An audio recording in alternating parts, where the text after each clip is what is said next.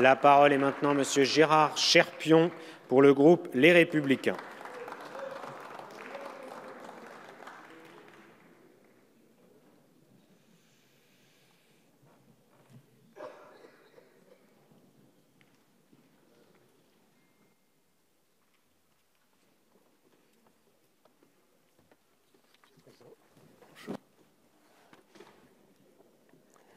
Monsieur le Président, Madame la Ministre, mes chers collègues, la première réforme sociale de la nouvelle mandature est en passe d'être entérinée par le Parlement. Entérinée, ou devrais-je dire ratifiée.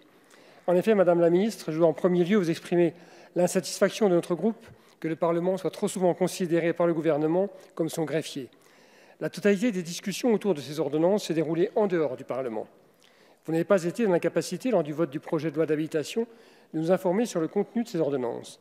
Malgré cela, nous avons voté en faveur de votre projet, convaincus que la France doit avancer et se réformer.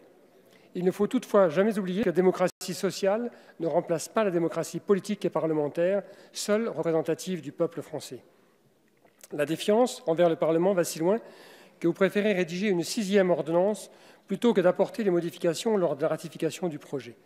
Nous demanderons que lors des prochaines réformes, notamment celle de l'indemnisation du chômage, de la formation professionnelle et de l'apprentissage, le Parlement soit mieux inclus et consulté dans les discussions.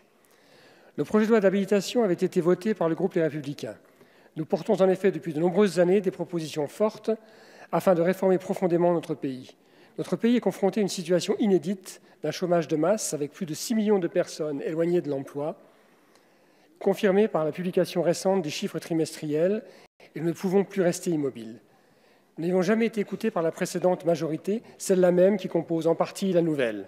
Sur ce point, il y a du mieux. En effet, de nombreuses réformes que vous nous proposez à travers ces ordonnances sont des mesures que nous avions nous-mêmes proposées. Il était donc logique pour nous de voter votre projet cet été, car nous restons cohérents avec nos valeurs. Les 5 ordonnances publiées en septembre sont une première réponse satisfaisante.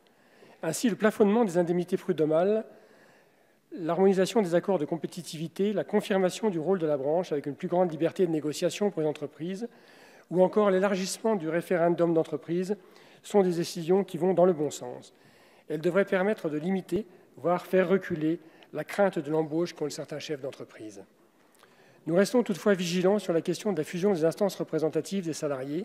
Nous saluons cette fusion que nous avions proposée à nombreuses reprises, mais nous devons aller plus loin en incluant d'office le délégué syndical. Il faut faire de cette instance une instance d'information, consultation et négociation. Enfin, nous serons vigilants sur l'évolution du conseil d'entreprise, puisque ce que nous ressentons à la fois du côté des employeurs et du côté des salariés nous laisse un certain nombre d'incertitudes. Vous avez également décidé de réformer le compte pénibilité, qui était un réel frein au développement des entreprises. Vous le transformez en un compte professionnel de prévention qui comporte plus que 6 facteurs de risque et les 4 facteurs sortants sont désormais traités sur le mode de l'incapacité constatée. Ceci va dans le sens de la réforme de la pénibilité que nous avions mise en place en 2009. En revanche, nous ne sommes pas pour la suppression des cotisations pénibilité et le transfert du financement vers la branche AT-MP, bien que celle-ci soit excédentaire pour ce moment. Cette réforme ne doit pas grever les comptes de la sécurité sociale et nous avons plaidé pour la création d'un compte de financement spécial. Nous regrettons de ne pas avoir été entendus sur ce sujet. Enfin, 5 amendements essentiels de notre groupe ont été adoptés. Il nous semblait important, pour des raisons de justice sociale, de ne pas limiter le périmètre d'appréciation du motif économique à la France en cas de fraude. Une entreprise internationale qui fraude intentionnellement ne doit pas pouvoir fermer une filiale en France en licenciant les salariés sans rendre des comptes. Dans le même but de justice sociale, nous avons renforcé l'accompagnement des salariés dans le cadre d'un licenciement suite à un accord de compétitivité en faisant de cet accompagnement un élément de négociation. Attaché entre l'égalité entre hommes et hommes, il nous semble également essentiel de rendre l'entreprise responsable de la prise en charge de l'expertise si et seulement si celle-ci ne remplit pas les indicateurs relatifs à l'égalité professionnelle dans la base de données économiques et sociales. Pour la parfaite information des salariés, nous avons proposé que les dispositions conventionnelles, notamment les accords d'entreprise d'établissement, soient intégrées dans le prochain code numérique. Enfin, le gouvernement a encadré le dispositif de rupture conventionnelle collective. Nous devions nous assurer que cette mesure, qui connaîtra probablement un succès, tout comme la rupture conventionnelle individuelle, ne soit pas détournée de son objectif initial et soit un moyen pour une entreprise de procéder à des plans de licenciement ciblés contre certaines populations fragilisées.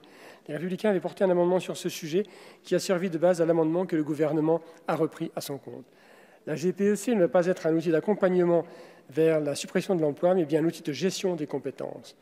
Vous le voyez, mes chers collègues, ces 5 ordonnances et ce projet de ratification répondent aux préoccupations de notre groupe, les Républicains, qui voteront à la grande majorité la ratification.